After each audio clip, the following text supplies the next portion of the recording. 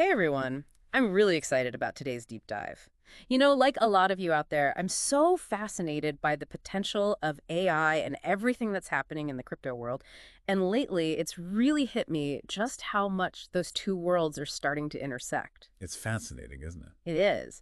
So today, we're going to tackle this head on. We're going to do a deep dive into the mind-blowing concepts of superintelligence and crypto.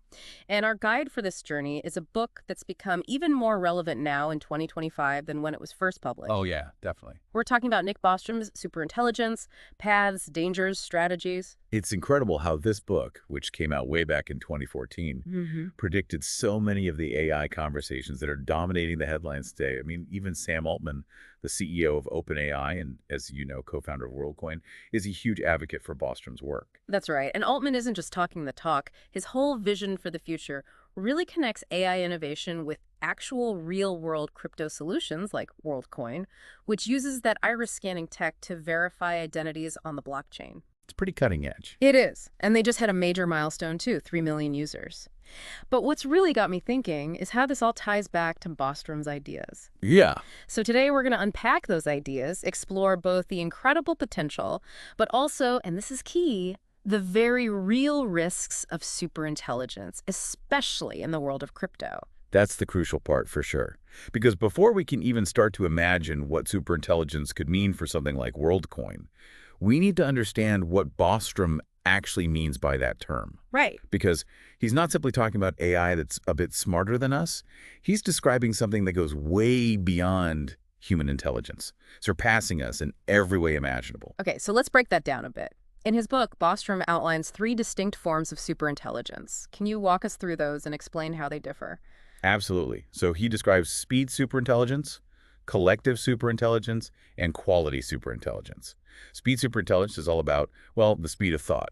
So imagine an AI that could process information millions of times faster than any human. Wow. Right.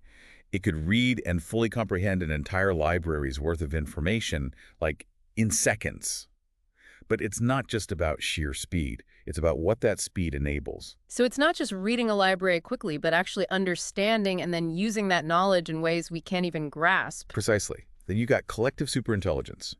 This emerges when you have multiple AIs all working together, combining their individual intelligence to solve really complex problems. So it's like the power of networking, but like on a whole other level. Exactly. And finally, there's quality superintelligence, which is perhaps the most mind-blowing of the three.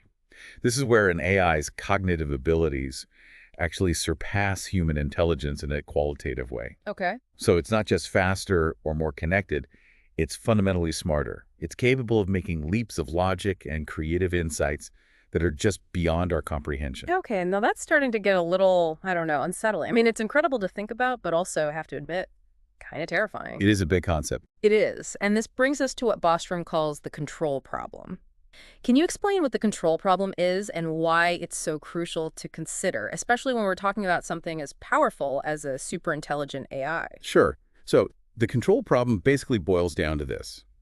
How do we ensure that a superintelligent AI, with its potentially, godlike capabilities, remains aligned with human values? Right. How do we prevent it from doing something catastrophic, even if unintentionally? It's like, and I know this is a bit of a cliche analogy, but it's like giving a toddler the controls to a nuclear power plant. Yeah, okay, I need a different example. The toddler analogy, it's a little too close to home these days. Okay, fair enough. Well, Bostrom uses this classic thought experiment about an AI that's programmed to optimize paperclip production. Paperclips. Paperclips. It sounds harmless enough, right? Yeah. But imagine this AI, in its single-minded pursuit of maximum paperclip efficiency, decides that the best way to achieve its goal is to convert all matter on Earth, buildings, trees, even humans, into raw materials for making paperclips. Okay, that's a chilling example. It really highlights how even seemingly simple goals, when taken to their logical extreme by a superintelligence, could have devastating consequences. Exactly. And remember, these are still hypothetical scenarios for now. But as AI becomes more powerful and more deeply integrated into our lives, the potential for these kinds of unintended consequences becomes very real. So what can we do about it? I mean, Bostrom outlines some strategies for mitigating the risks of superintelligence, right? What are those, and how might they apply to real-world applications like Worldcoin, which we mentioned earlier? Right. So he proposes several approaches, including value alignment, containment, and tripwires. Hmm. Value alignment is all about making sure that AI's goals are truly in sync with human values. But that's much harder than it sounds. Yeah, Because how do you even define human values in a way that an AI can understand? right. And how do you guarantee that those values remain stable over time as AI continues to evolve? And it's not like humanity has a single unified set of values anyway. I mean, we're diverse and our values often conflict. Precisely. Then there's containment, which involves limiting the AI's access to resources or its ability to interact with the physical world. Okay. So it's like putting a powerful AI in a sandbox, Hmm. to test it before letting it loose. But how do you contain something that's potentially millions of times smarter than you?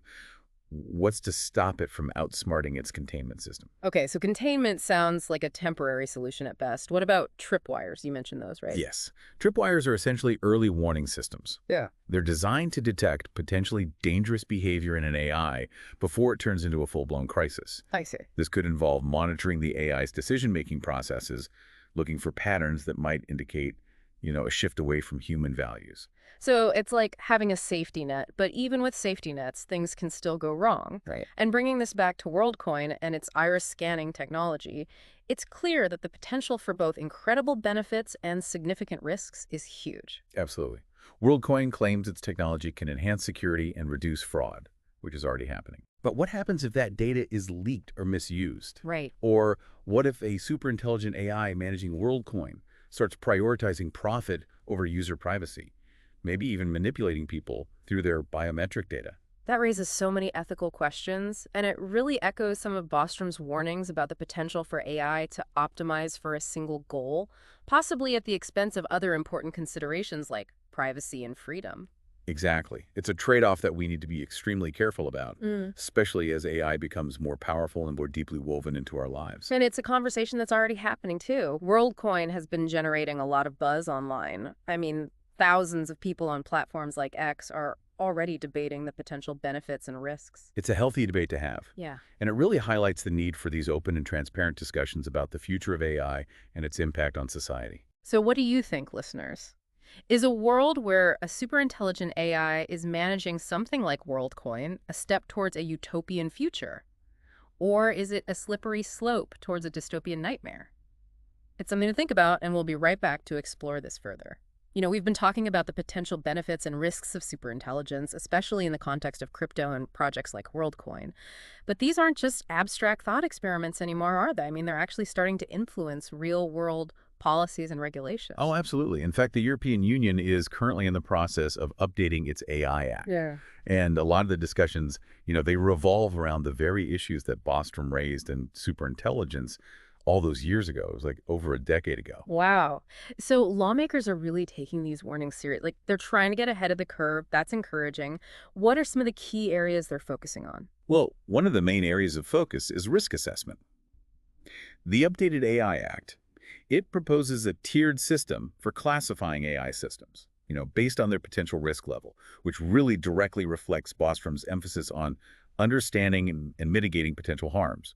They're recognizing that, not all AI is created equal, and we need different approaches for managing, well, different levels of risk. That makes a lot of sense. I mean, a super intelligent AI controlling global financial systems, it's clearly a much higher risk than, say, an AI that recommends movies on a streaming service. Exactly. And the EU is also looking at specific regulations for those high-risk AI systems, particularly those used in critical infrastructure.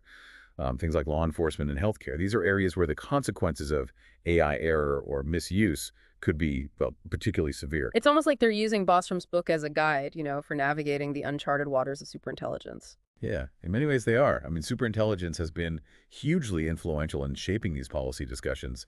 It's given lawmakers a framework, for understanding the potential benefits and risks of AI and for crafting regulations that can encourage innovation while also, safeguarding against potential harms. It's a delicate balance. It is. But it's not just the EU, right? I mean, other countries and organizations are having these kinds of discussions too. Absolutely. The conversation about AI governance it's a global one.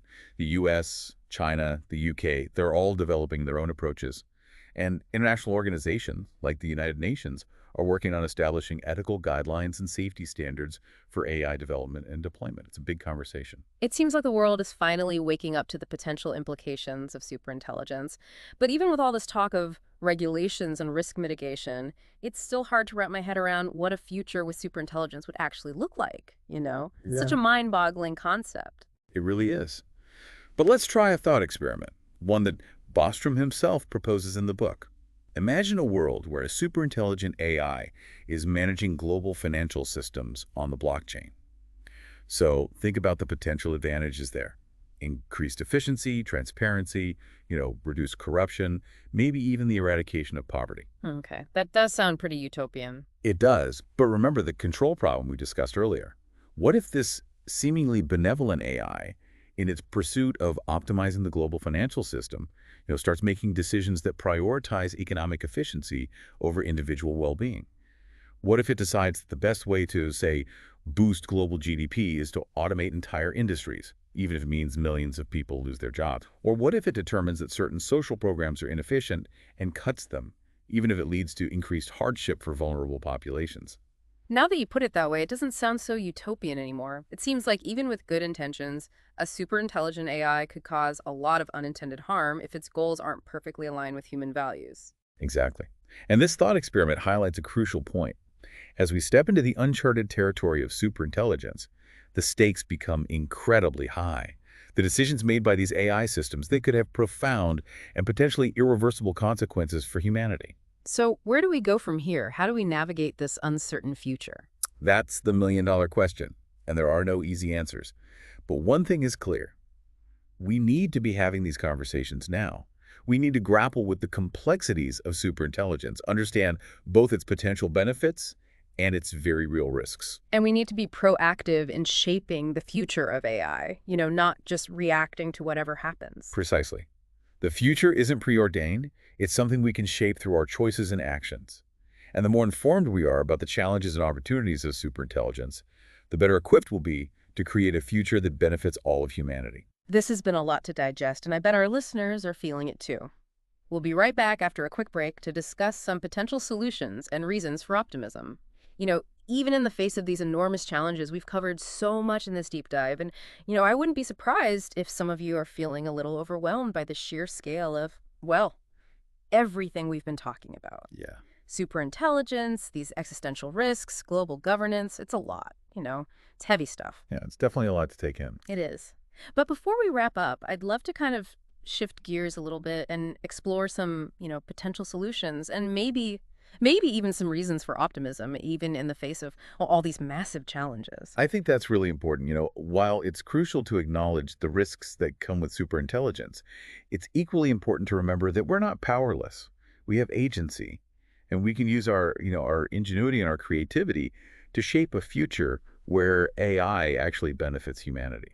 So what are some of the things that give you hope in this context? Where do you see the potential for positive outcomes? One area that I'm really excited about is the potential of blockchain technology to address some of those governance challenges that Bostrom talks about in superintelligence. Remember how we were talking about the control problem and the need to align AI's goals with human values? I do. Well, blockchain could actually play a key role in that. Okay, how so? I'm intrigued. Imagine a future where the development and deployment of advanced AI systems are governed by, well, decentralized autonomous organizations. You might have heard of them, DAOs, and they operate on the blockchain. I've heard about DAOs in the context of cryptocurrencies and decentralized finance, but how would they work in the context of AI governance? So think of these AI DAOs as global, transparent, community-governed entities that have the authority to, well, set rules and regulations for AI development and deployment so they could make sure that AI is aligned with human values and societal goals. So kind of like a global, decentralized AI ethics committee, but with actual power to enforce those ethics. Exactly. And because these DAOs would be built on the blockchain, all of their decision-making processes would be, transparent and auditable. So that would make it much harder for any single entity, even a superintelligent AI, to kind of hijack the system for its own gain. That's a really interesting concept. It kind of flips the script on the whole AI as a threat narrative, doesn't it? It suggests that blockchain technology, which is often seen as this, disruptive force, could actually be a crucial part of the solution. It is. It's about using one powerful technology to manage another. And it just highlights how important it is to think, creatively about how we govern these emerging technologies. We need to move beyond those traditional centralized models and start exploring new decentralized approaches. And they can foster innovation while also protecting humanity's interests. It's like Bostrom's book, even with all its warnings, is this call to action, isn't it? It reminds us that we have this responsibility to shape the future of AI in a way that benefits everyone. Definitely. I mean, we're not just passive passengers on this technological journey. We have agency. And the choices that we're making today, they're going to determine the course of our future. This has been such an incredible deep dive. We've explored these, mind-bending concepts of superintelligence. We've examined the potential risks, the rewards of this, this whole emerging technology. And we've talked about strategies for, well, navigating this completely uncharted territory. Yeah, I hope this deep dive has given you a new perspective on, where AI and crypto intersect. And maybe, just maybe, it sparked some new questions, some new ideas for you. It definitely has for me. So, to our listeners out there, I want to leave you with this final thought. We've talked about the possibility of a super intelligent AI managing global financial systems on the blockchain.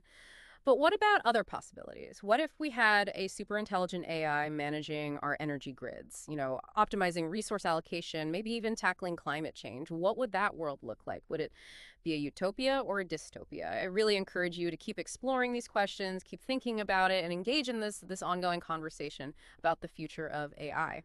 Thanks so much for joining us on this deep dive into superintelligence and the crypto frontier.